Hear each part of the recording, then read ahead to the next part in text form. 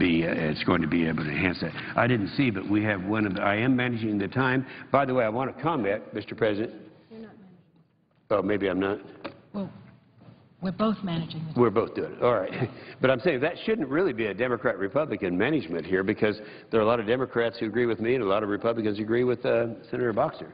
But we do have the junior senator from Kentucky who wants to be here. I have some remarks I'd like to make. Mr. President. The senator from California is recognized. Thank you. I think Senator Enoff and I will have to talk about how we're going to yield back and forth, but at this point I had not finished my remarks and I wanted to respond to yours. We are here as partners on this bill. We are not partners in a lot of things. And I didn't say when I opened up my remarks where we were not partners, but my friend did. So I'm going to respond to his opening comments, in which for some reason he wanted to open up by saying one place we differ, and he's right on this, is he said he blames President Obama for the deficit. Now, I want to just put this on the record. I do not. And let me tell you why. When Bill Clinton was the President of these United States, he turned over a booming surplus of $236 billion to George W. Bush.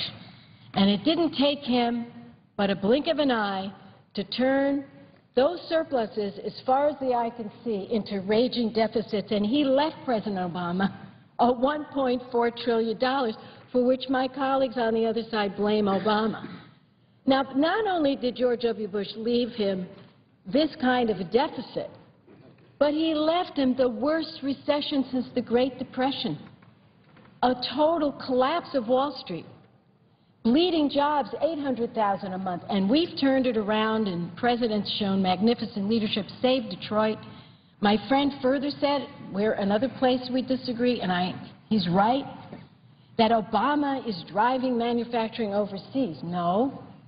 The tax code that the Republicans support that rewards companies for moving overseas, that's very much responsible for it.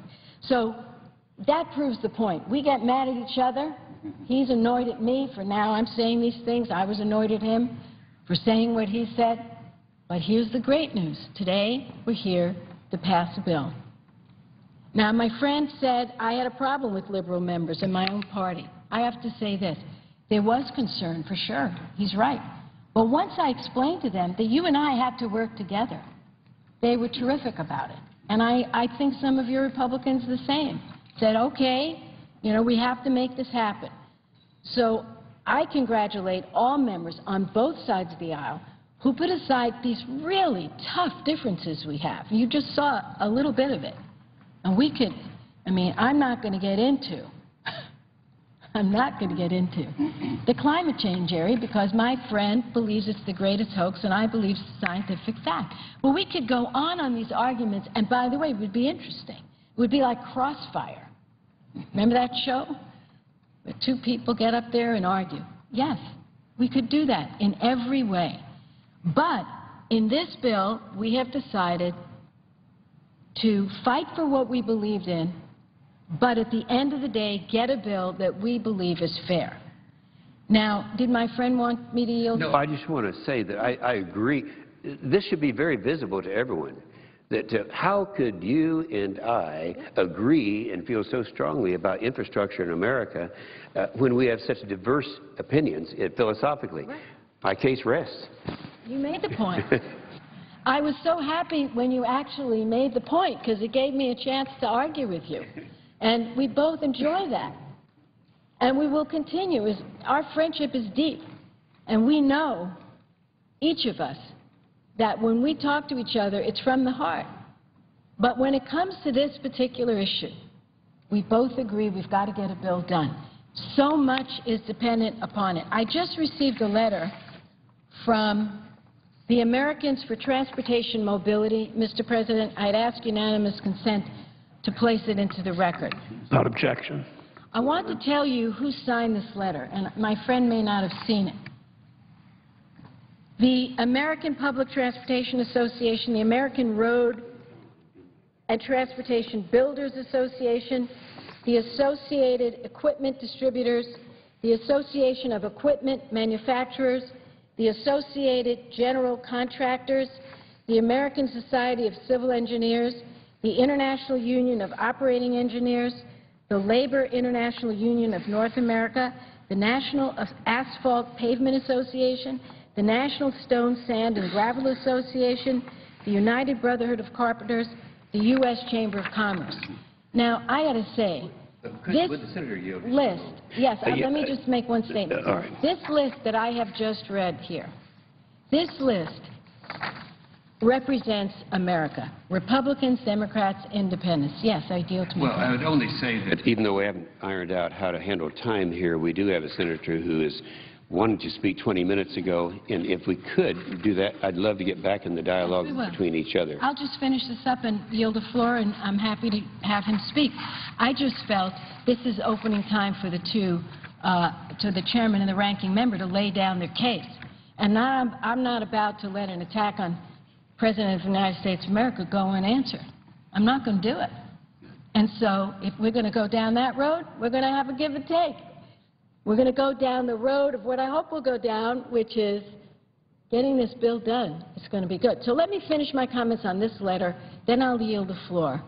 And then we'll hammer out how I say to my ranking member, we should divide the time. It's fine with me. But I want to read to you some of the things they said. We commend the Senate committees that helped craft S. 1813, a bipartisan bill for stabilizing federal transportation funding mechanisms for the near term and avoiding draconian cuts amounting to 1/3 of total federal investment in highway transit and safety programs. And they're talking about the fact that the Highway Trust Fund is 1/3 of where it should be. That's why we're so happy that Finance Committee, on a bipartisan vote, is replacing these funds. They talk about if we didn't do this bill. Cuts of this magnitude would accelerate the deteriorating performance of the nation's surface transportation network, greatly undermine U.S. economic growth and competitiveness, and result in the real loss of hundreds of thousands of jobs across this country.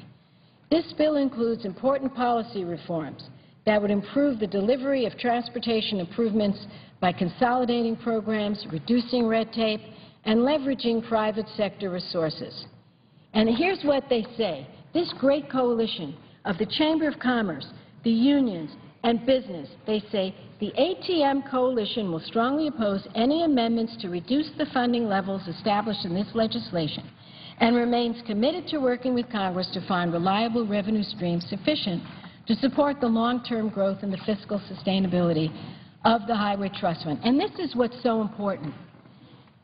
Without the certainty of a multi-year bill, current problems become harder to solve as highway and transit conditions worsen and land, labor, and materials get more expensive.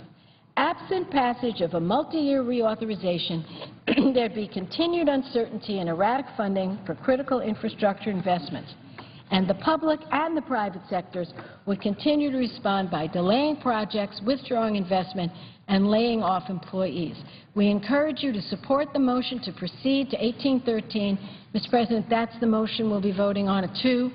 The ATM coalition stands ready to bring together, listen to who they'll bring together, business, labor, highways, and transit stakeholders to provide Congress the public support to pass an adequately funded multi-year surface transportation bill by March 34th, 2012.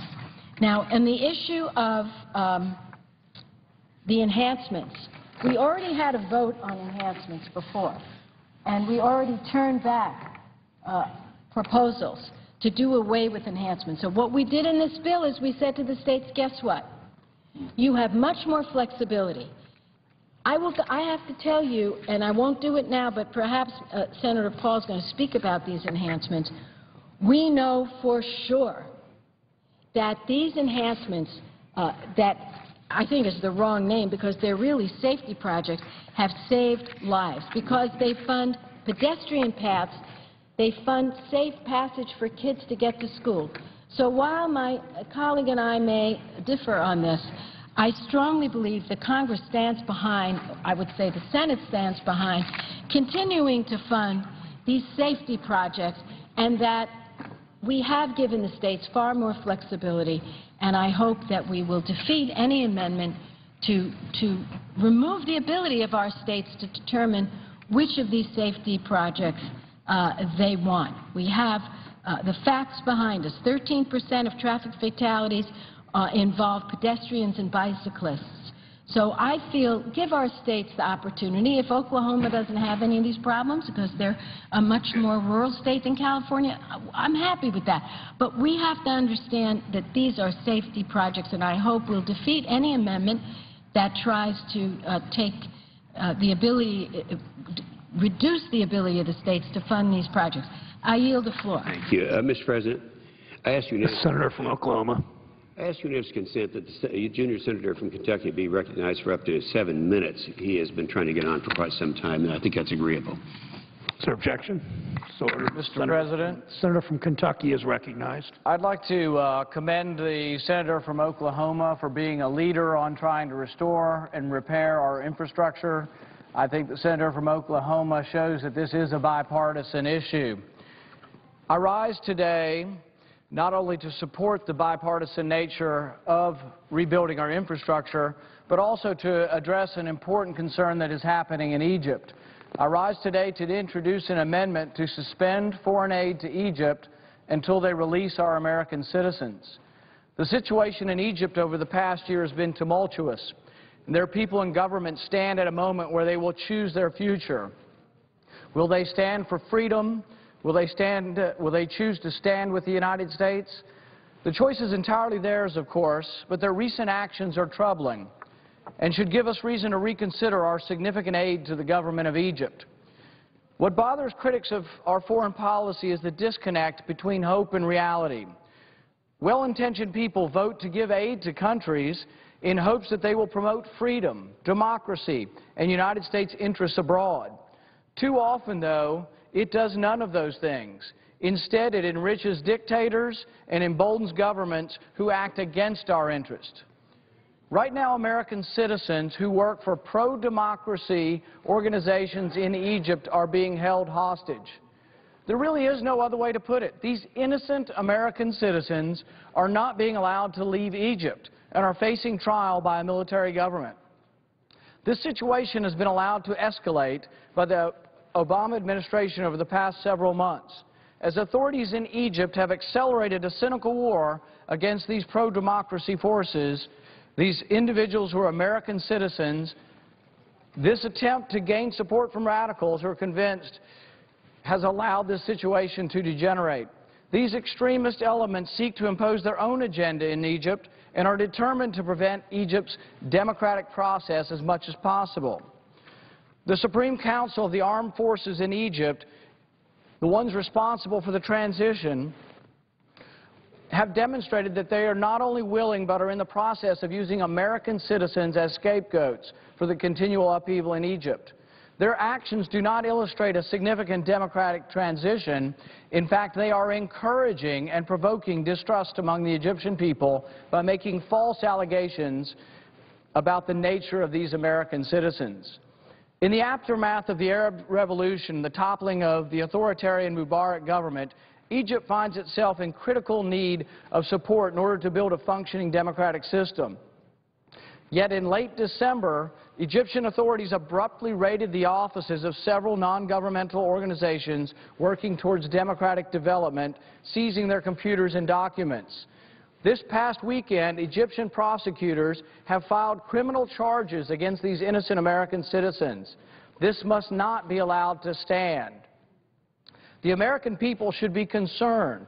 We are subsidizing the behavior through U.S. taxpayer foreign aid to Egypt.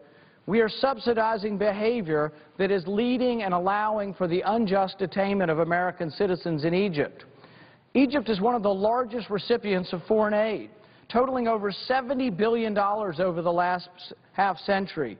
Egypt's ruling military itself received $1.3 billion in foreign aid every year since 1987, and they have the gall to hold American citizens hostage.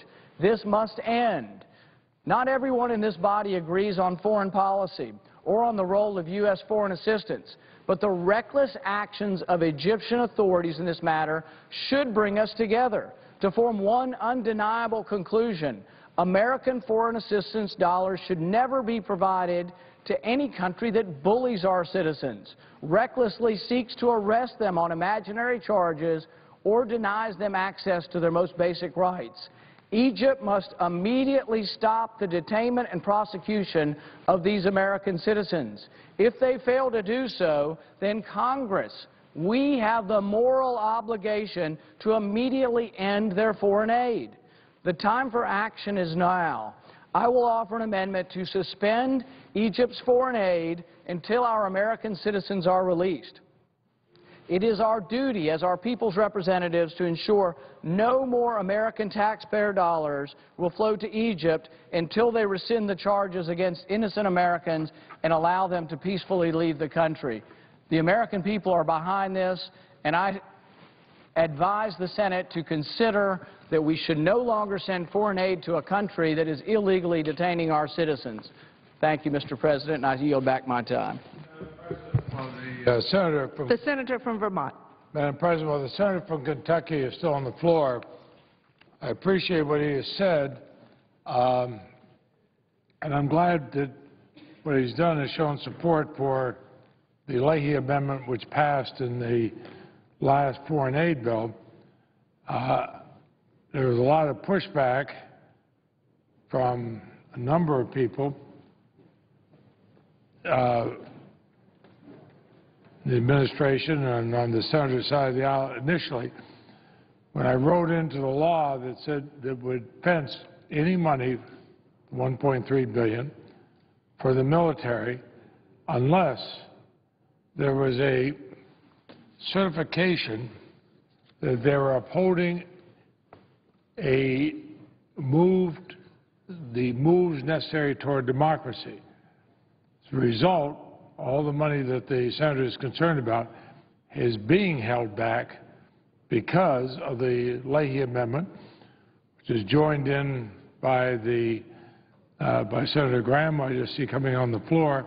We did the Foreign Operations Bill.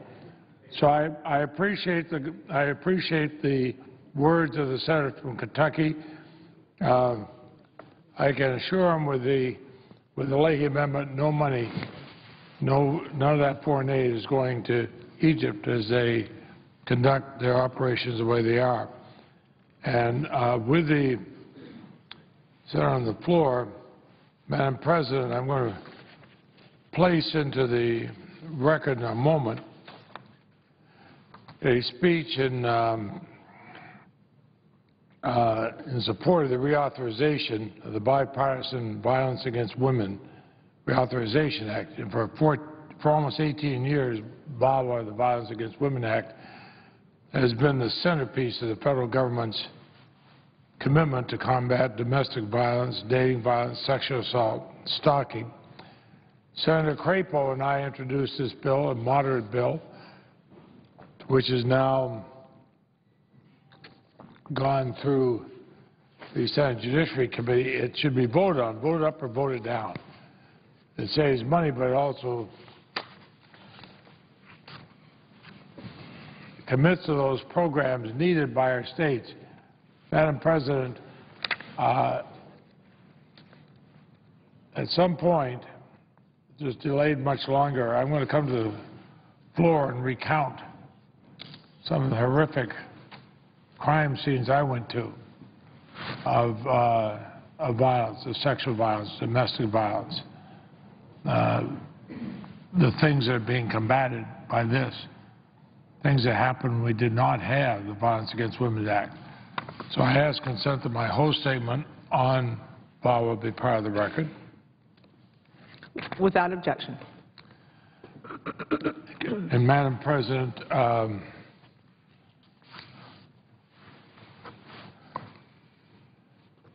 I am glad to see the senior senator from South Carolina.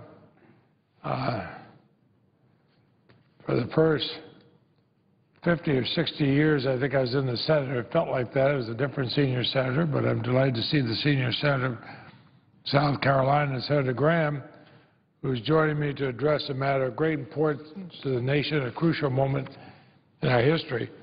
Madam President, the United States Air Force last week offered a preliminary look into its budget for fiscal year 2013.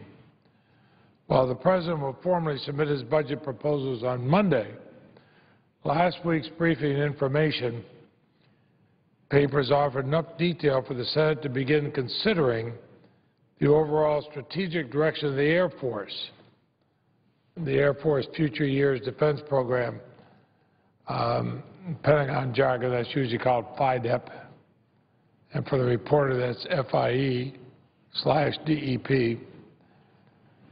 I got to say, I'm disappointed, deeply disappointed, and very worried as I look at the first glance at that proposal. The senator from South Carolina. Thank you. I appreciate the opportunity to engage in this colloquy. One, we're the co-chairman of the Guard Caucus, which obviously has the Air National Guard component. Senator Lay has been a real pleasure to work with. The bottom line is that this effort to downsize the Air Force falls incredibly heavy on the Air National Guard. There will be 3,000 active duty members lost regarding the plan he just mentioned, 5,000 coming from the Air National Guard. The airframes to be eliminated excuse me, in the plan Senator Lay just mentioned falls disproportionately onto the Air National Guard. And in just a moment, we're going to talk about the bang for your buck in terms of the reserve component called the Air National Guard, and we're going to challenge the Congress and the Department of Defense to reconsider this because, quite frankly, it makes no military or physical sense.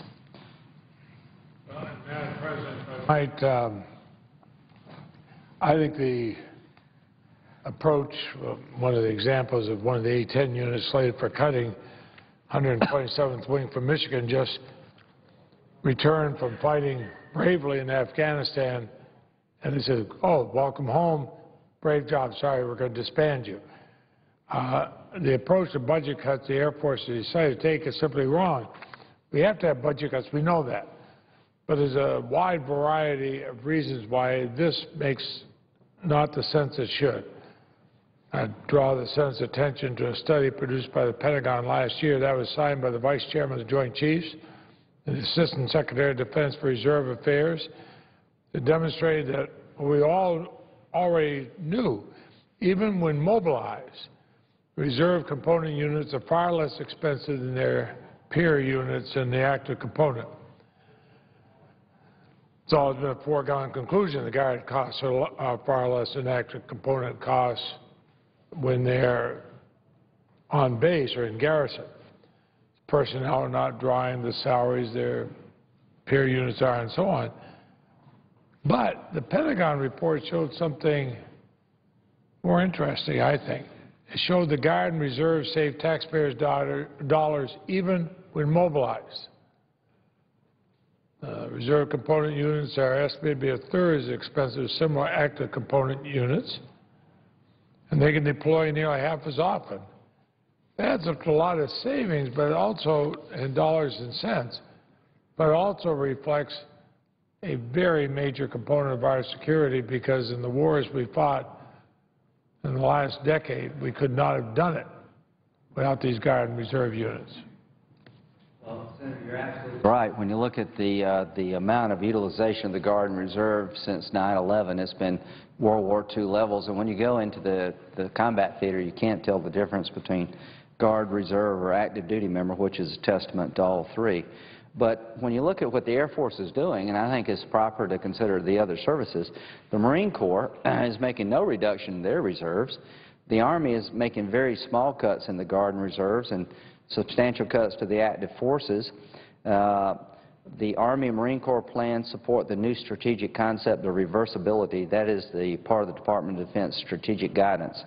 We cannot be sure of what contingencies might arise and cannot afford to make cuts that will leave us incapable of responding when necessary.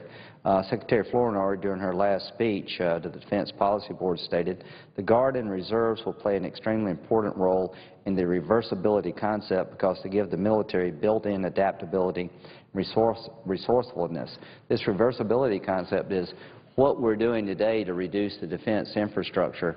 If it were ever reversed, had to be reversed because of some contingency, you want to make sure that's possible. The Guard and Reserve is the most capable force to maintain, and in terms of the concept of reversibility, is our best bang for the buck. So The Air Force is taking a different approach than the Army, Navy, and Marine Corps to their reserve component, particularly the Air National Guard. And I think Senator Lay and I are going to make sure that that decision is examined in depth. And, Madam President, I agree with my colleague on that, and that's why the bipartisan Guard Caucus will have some very strong statements on this. We look at what the former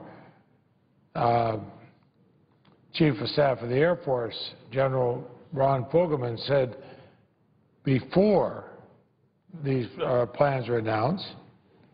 He argued for a larger reserve component, smaller active duty force. He did a guest column in Defense News. He said, among other things, the big question is how does the department reduce its budget and continue to provide a modern, balanced, and ready defense with more than half of the budget is committed to personnel costs? The answer to that question right before us. Turn to our historic roots as a militia nation. It means we should return to the constitutional construct for our military in the days we maintained a smaller standing military and militia. To do that, leaders must put old parochial norms aside, be willing to actually shift forces and capabilities to National Guard Reserve. He said, put old parochial norms aside. He speaks about how it enabled significant personnel reductions, how it could preserve capacity and equipment that's already cost the taxpayers trillions of dollars. And then he said, we need our collective senior military and civilian leaders to recognize there's a way back to a smaller active military and a larger militia posture. The fiscal environment and emerging threats demand it. Madam President, those aren't my words. Those are the words of a former Air Force Chief of Staff, and when I submit my whole speech, I'll have longer quotes from him. Senator Lay is right. Yeah, when you look at our Constitution itself, it talks about a militia. When you look at the history of the country, it's the citizen soldier that got this whole concept called America started. And we do need a standing Army, Navy, Air Force, Marine Corps. But when you're looking at the budget problems we face and the fiscal concerns we have as a nation and you want to restructure the military, I'll be talking just in a minute about why you should be looking for a greater role for the Guard and Reserve just from economics. But when it comes to military capability, I think we sort of, Senator Lay, have the best of both worlds now, a very efficient, quite frankly, cheaper force to maintain with very similar, if not like capabilities, and we don't want to let that concept be eroded here by a plan that I think doesn't appreciate the role of the militia and doesn't appreciate the cost-benefit analysis from a robust reserve component.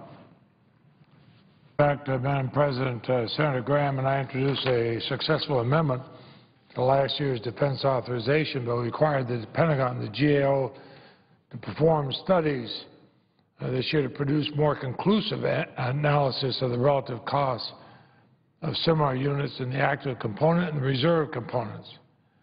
We're also aware of at least 2 other third-party studies currently underway to address the question. I think we're going to have 3 or 4 such studies will conclusively answer the questions.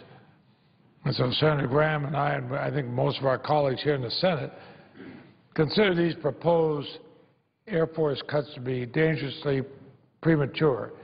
You know, once you cut the reserve component, once you send the aircraft to the boneyard at Davis-Monthan Air Force Base, and these airmen and pilots go out to civilian life, you don't get them back. That fact is precisely why the Army and the Marine Corps have taken a different approach of reserving their reserve component force structure. You can mobilize active component troops you place in reserve component, but once you cut that out, they're gone forever. They're gone forever. Well, and what I'm about to provide to the body, I think we need to really absorb and be aware of. This study that Senator Lay is talking about, an analysis of the effectiveness and cost, is an ongoing endeavor, and I'd like to know more what the study yields before we make what I think are pretty draconian cuts in the Air National Guard. But this is what we know before the study. This information is already in. According to an Air Guard briefing, the Air National Guard, operating under today's deployment constraints, is 53% of the cost of an equivalent active duty major command. The Air National Guard costs $2.25 billion less annually than a similarly sized active Air Force command. That's $6.2 million a day in savings. After 20 years of service, your average enlisted airman costs nearly $80,000 a year in total compensation. On the other hand, an identical Air National Guard enlisted airman costs about $10,000 a year, about an 85% saving. Over a 20-year career, an Air National Guard airman will save the country more than $1 million compared to an active duty airman. At 22 years, an active duty pilot will cost the Air Force more than $150,000 in total compensation. On the other hand, an Air National Guard pilot at 22 years costs the taxpayers about $30,000 in total compensation. Over a 26-year career, an Air National Guard pilot will save the country more than $2 million. Active duty pilots retire on average with 22 years of service. Air National Guard pilots retire on an average of 26 years of experience, giving the country a greater level of experience and ability for those final 4 years at a much lower cost. These cost figures do not even account for other life cycle and infrastructure savings that a reserve component first model would yield. So these are stunning numbers without the study to fully be accomplished. So we're going to do our best, Senator Lee, to tell the story of capability and cost. Madam President, clearly this approach will, if we keep the Guard and Reserve, it saves our country precious resources at a time when we really need to tighten our belts. Now, I think a couple of things we all agree on. Everybody in the Senate agrees our military has to remain strong and vigilant to threats from our enemy. But the source of our military strength has been and always will be our economic might. If we're to protect ourselves militarily, while also marshaling our economic power, and moving to the kind of constitutional defense model that my colleague has discussed should be our first choice. So I think these Air Force proposals are ill-advised and premature at the very least. I think they're flat out wrong. As has already been said here on the floor, when any of us who have visited the areas, especially the last few years, where our military, our Guard, and our reserves are deployed, you can't tell the difference between their duties or the risk they put themselves in from the active duty and the Guard and Reserve components. National Guard has been given a much greater role in our overall national defense, more missions, greater responsibility, heavier burdens. But they perform these missions superbly with great skill and effectiveness. They've defended our interests, and many have lost their lives doing it. But they've carried out the same missions as everybody else. Now, the Senate National Guard caucus worked closely with all concerned to accommodate and facilitate these changes. But now we're going to take an active role in informing the Senate as these are being made. Now, we're not going to sit by while any of the military services decimate their reserve components. We'll work together, Senator Graham and I, with the Senate Armed Services Committee, in which he serves with distinction, Senate Appropriations Committee, in which we're both privileged to serve, but also the entire membership of the Senate to produce a thoughtful and well-conceived strategy for military manpower that makes use of a cost-effective, accessible, fully operational, trained, and ready reserve component. We're to working with you and others to bring about what you just indicated to make it a reality. And the bottom line of this whole discussion is that the Cold War is over. We're very proud of our standing military, our Army, Navy, Air Force, Marine Corps, Coast Guard. They do a terrific job, the standing military. The militia component has been the heart and soul of this country since its founding. And in a post-Cold War, war on terrorism environment, where you have to call on resources that the Guard and Reserve use unique, like civil affairs. You know, when you're going into Afghanistan and Iraq, it's one thing to clear the village, you have to hold it.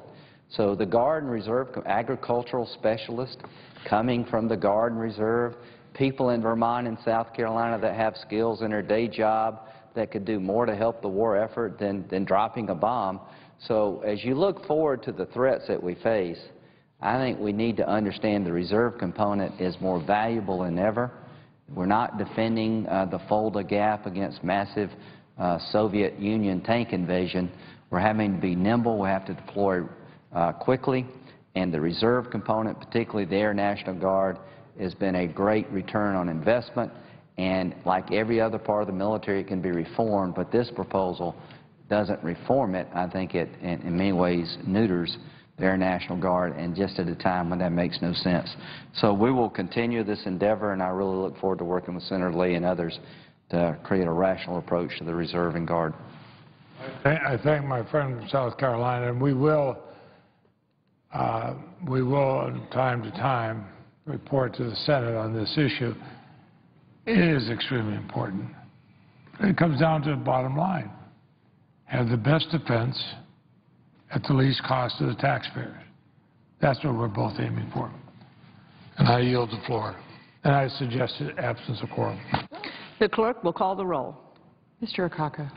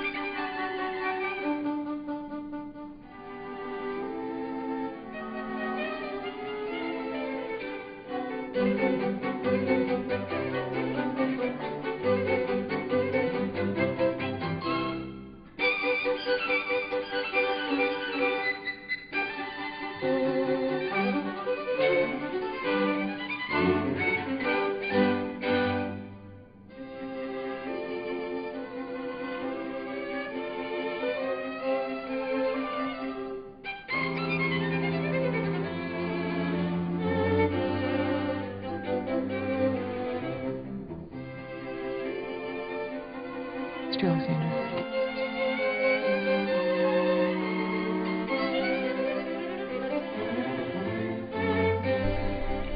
So a reminder, the Senate, with this procedural vote scheduled for about 2 o'clock Eastern, we of course continue our live coverage of the Senate here on C-SPAN 2. President Obama today, a busy day for the president, meeting with Italian Prime Minister Monti, also delivering remarks on that housing mortgage settlement with major banks. In fact, that's scheduled any moment now. We currently have coverage on cspan.org, and you could see that on some of our C-SPAN networks later in the day. Later on, about 2 o'clock, the president will announce his administration is is easing some of the requirements of the No Child Left Behind law. We'll have coverage of that as well at cspan.org. And we also want to let you know we're covering CPAC, that annual conservative gathering here in the nation's capital. That's underway shortly, in fact underway now, live on C-SPAN 3. Remarks being made right now by Mitch McConnell, the Republican leader of the Senate.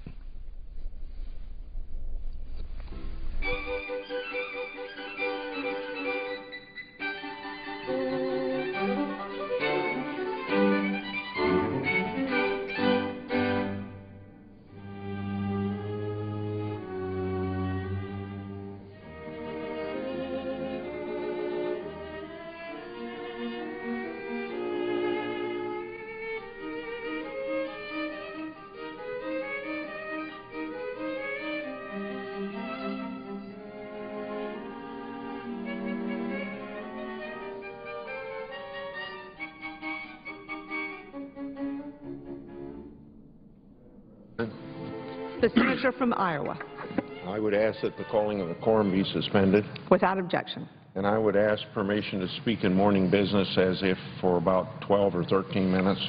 Without objection. For over a year now, I've been investigating Fast and Furious.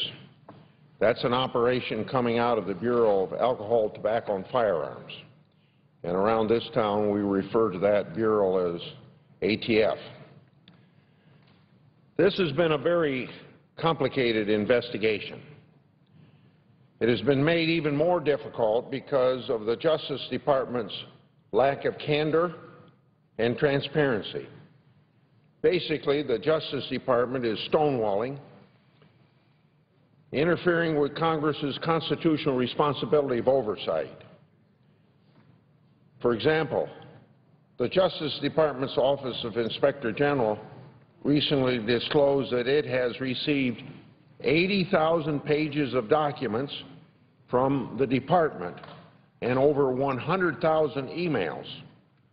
Now think of what the Inspector General gets from the department, 80,000 pages, 100,000 emails, and how much do you think that they've given Congress of the United States that has the constitutional responsibility of oversight?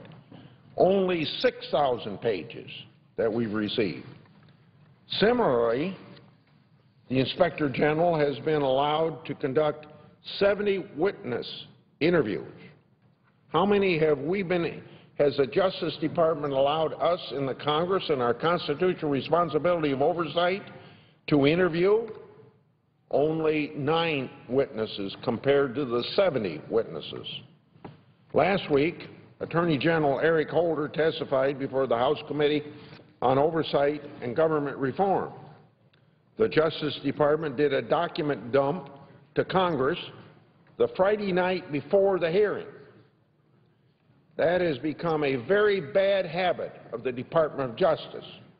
In fact, without giving us any advance notice that it was coming, they actually put a CD under the door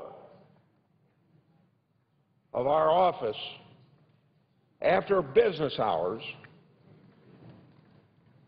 And what they did for the press department, they gave the same documents to the press people 2 hours before they ever gave them to us. Yes, they managed to find time to leak the documents to the press during regular business hours. This is the kind of cooperation that we get from the Justice Department in our constitutional responsibility The Majority Leader. of oversight. Madam President, could I, through the chair, ask my friend to yield for a unanimous consent request regarding schedule here in the Senate?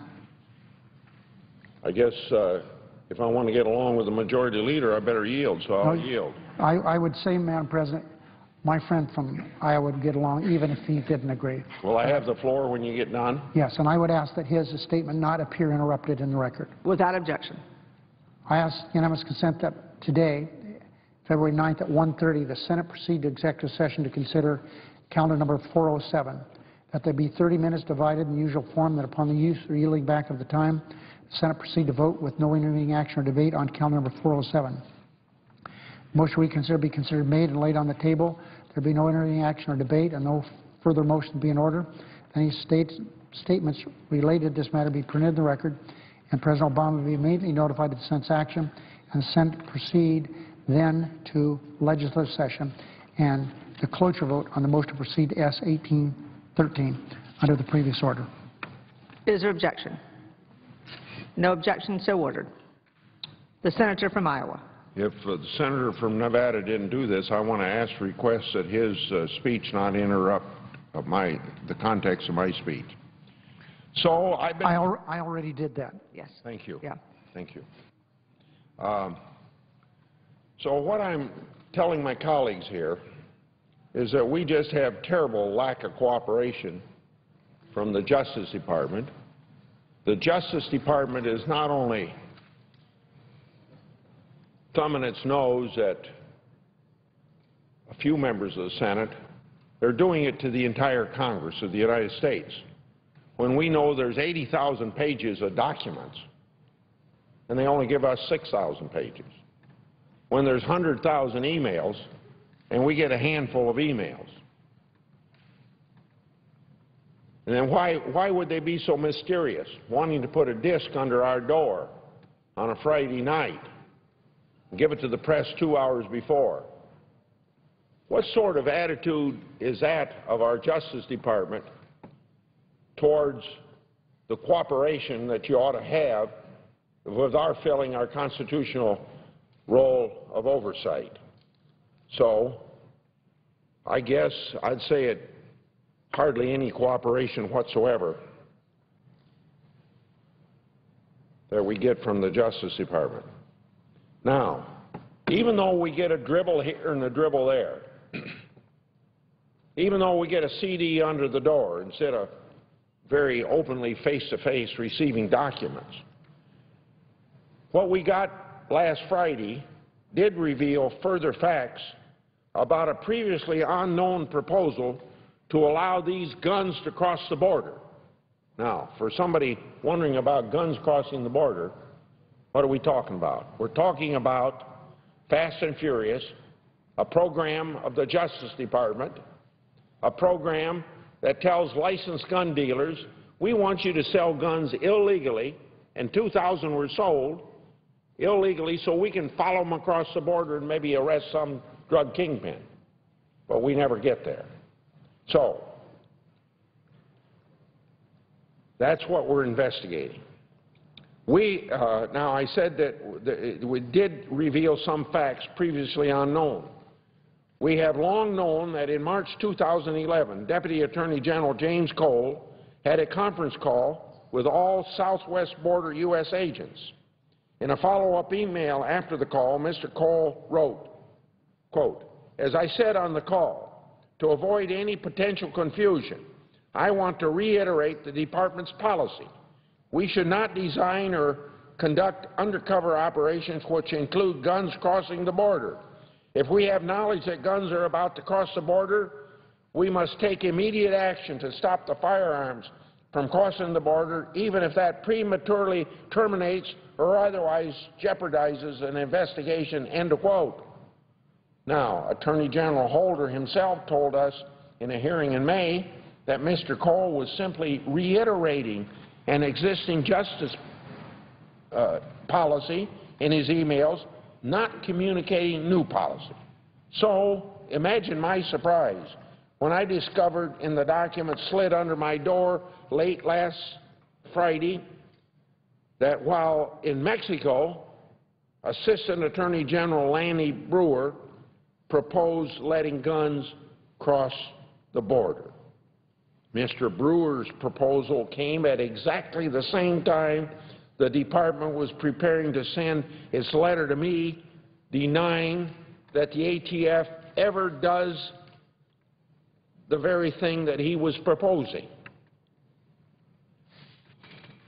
In February 4th, 2012 email, the Justice Department attaché in Mexico City wrote to a number of officials at the Justice Department, quote, "Assistant Attorney General Brewer proposed allowing straw purchasers to cross into Mexico so the Secretary of Public Safety can attest, and the Attorney General of Mexico can prosecute and convict.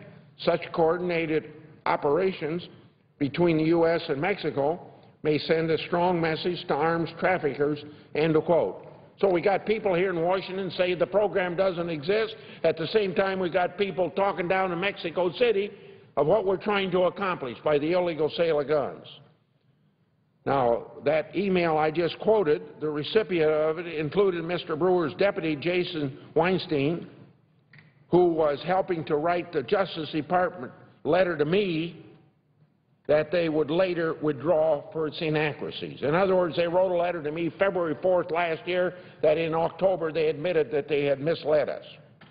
Mr. Weinstein was sending updates about the draft letter to Mr. Brewer in Mexico at this very same time, so he can't say he didn't know about it. Yet during his testimony to the Senate Judiciary Committee, Mr. Brewer downplayed his involvement in reviewing the draft letter. So it is outrageous to me that the head of the Justice Department's Criminal Division proposed exactly what his department was denying to me was actually happening. The Justice Department's letter to me clearly said, quote, ATF makes every effort to interdict weapons that have been purchased illegally and prevent their transportation to Mexico, end of quote. They said that at the very same time that they were having emails that said that this program existed. Yet those words were being sent to Congress. Mr. Brewer was advocating that the Justice Department operation allow weapons to be transported into Mexico.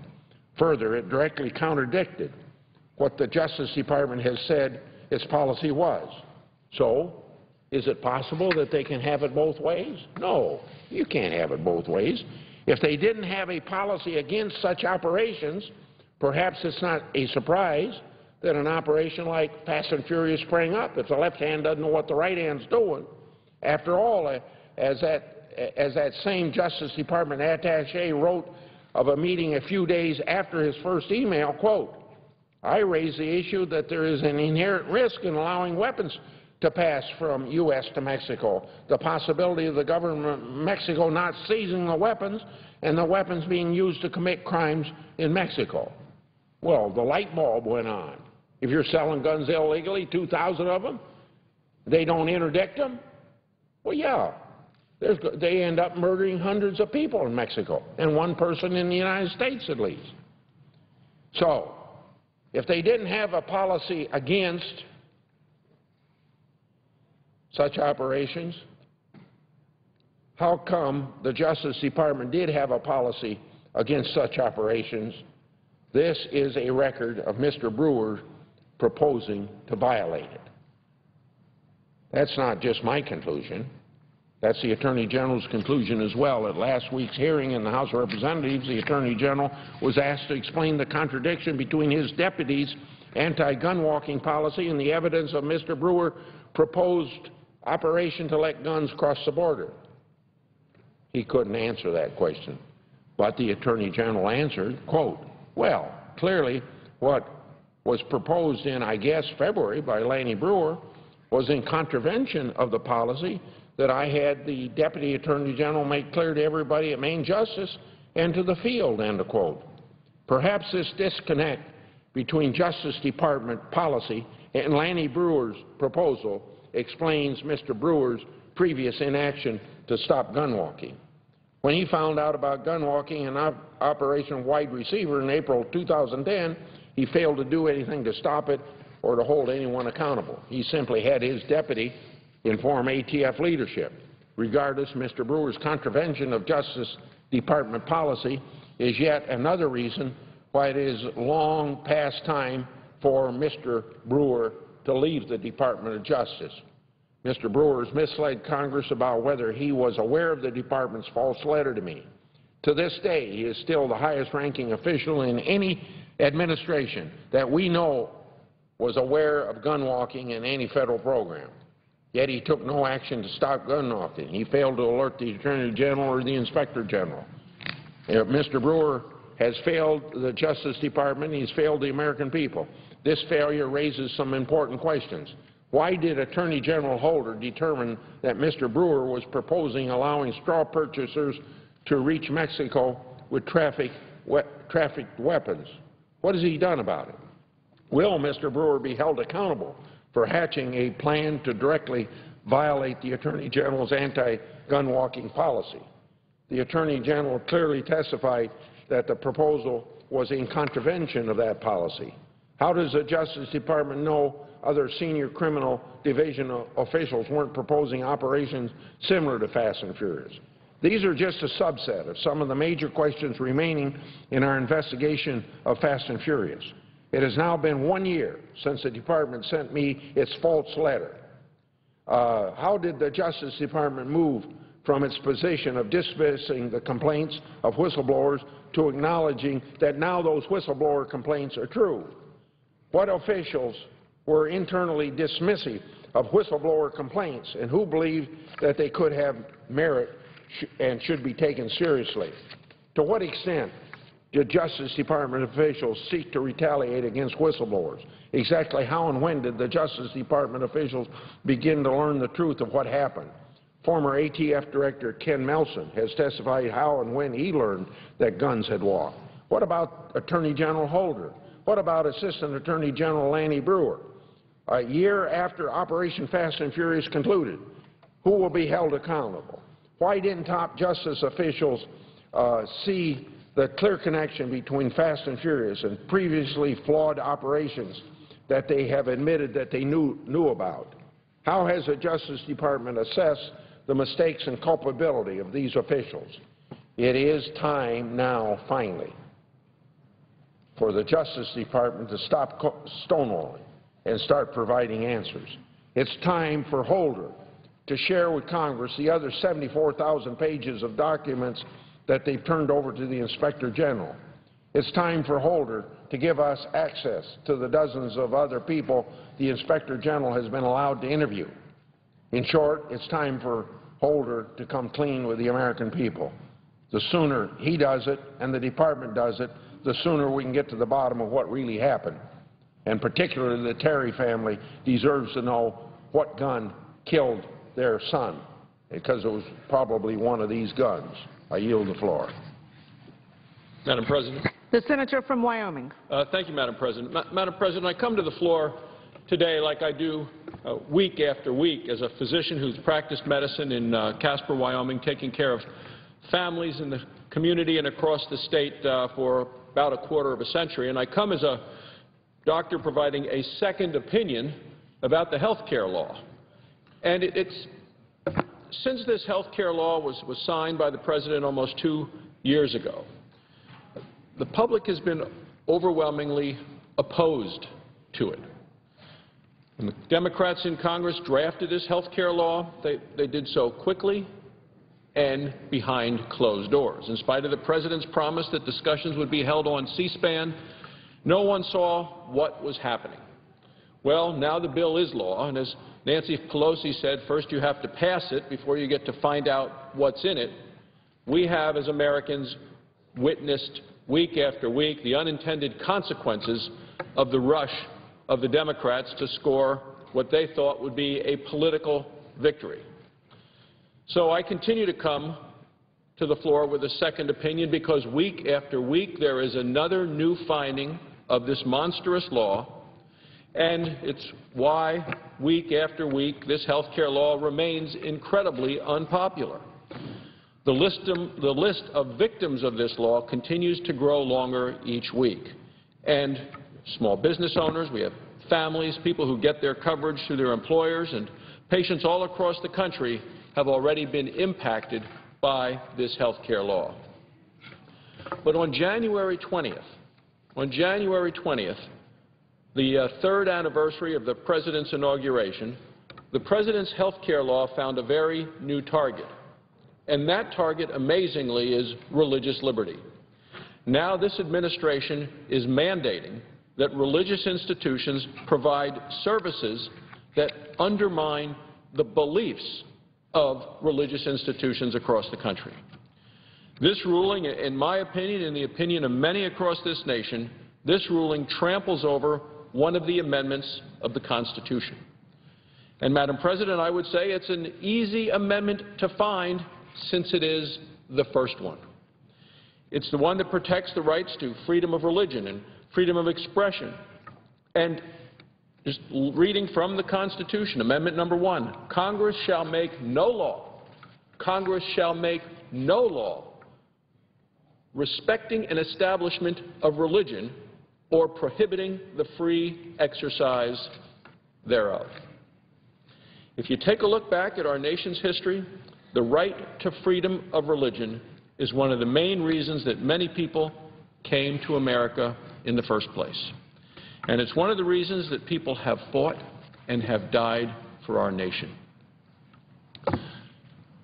So what's someone to do? Well, Washington Archbishop Donald Wuerl has expressed the dilemma that many institutions face, and he did it in a letter last week. And what he said was that the mandate will allow a Catholic school just one of three options. This is the Archbishop here in Washington. The mandate will allow a Catholic school only one of three options.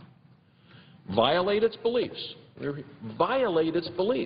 by providing coverage for medications and procedures that Catholics believe are immoral. Number two, another option, cease providing insurance coverage for all of its employees and then face ongoing and ultimately ruinous fines.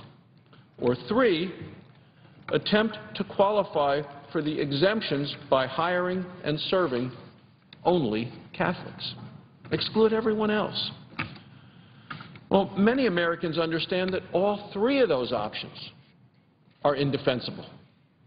Americans from across the political spectrum are speaking out against President Obama's big government power grab. One of my colleagues, Democrat Senator Joe Manchin, called this mandate un-American. Another, Senator Bob Casey, Democrat from Pennsylvania, objected to forcing Catholic institutions to violate their religious beliefs. And then we have former Representative Kathy Dahlkemper, Democrat from Pennsylvania, who voted for the health care law in the House of Representatives, said that she would never have voted for the final version of the health care law. She said, if I expected the Obama administration to force Catholic hospitals and Catholic colleges and universities to pay for contraception. Even liberal commentators like E.J. Dionne and Mark Shields have likewise criticized the administration for being unwilling to offer a broader conscience exemption to religious-affiliated institutions.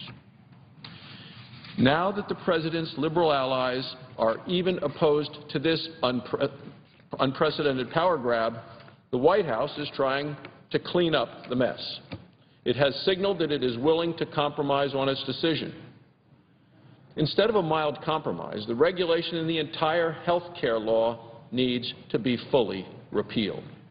As the Wall Street Journal editorial board puts it, in any case, HHS would revive this coercion whenever it is politically convenient, sometime in Mr. Obama's second term.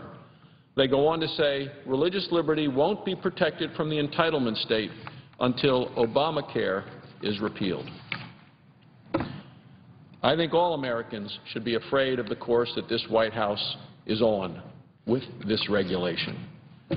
This debate isn't about women's health, it's about power. Washington should not have the power to force religious people and religious institutions to take actions that contradict their beliefs. What we're going to continue to see as the health care law and the mandates and the regulations continue to come out, what we will see is a government and an administration that continues to expand the government reach in terms of its size, in terms of its scope, and in terms of its grab for power. The health care law was supposed to be about people and health care, the care they need from the doctor that they want at a cost they can afford. Instead, got a lot of IRS agents, no new doctors and nurses, and when I go to town hall meetings and ask all of the people in attendance, I said, how many of you under this health care law who are hoping to get care you need, the doctor that you want, at a price you can afford? How many of you believe that the cost of your health care because of this health care law will increase? The cost to you will go up, and all the hands go up. That's what the people believe when they hear more and more about this health care law. And then you say, how many of you believe that the quality and availability of your care will go down? And again, the hands go up.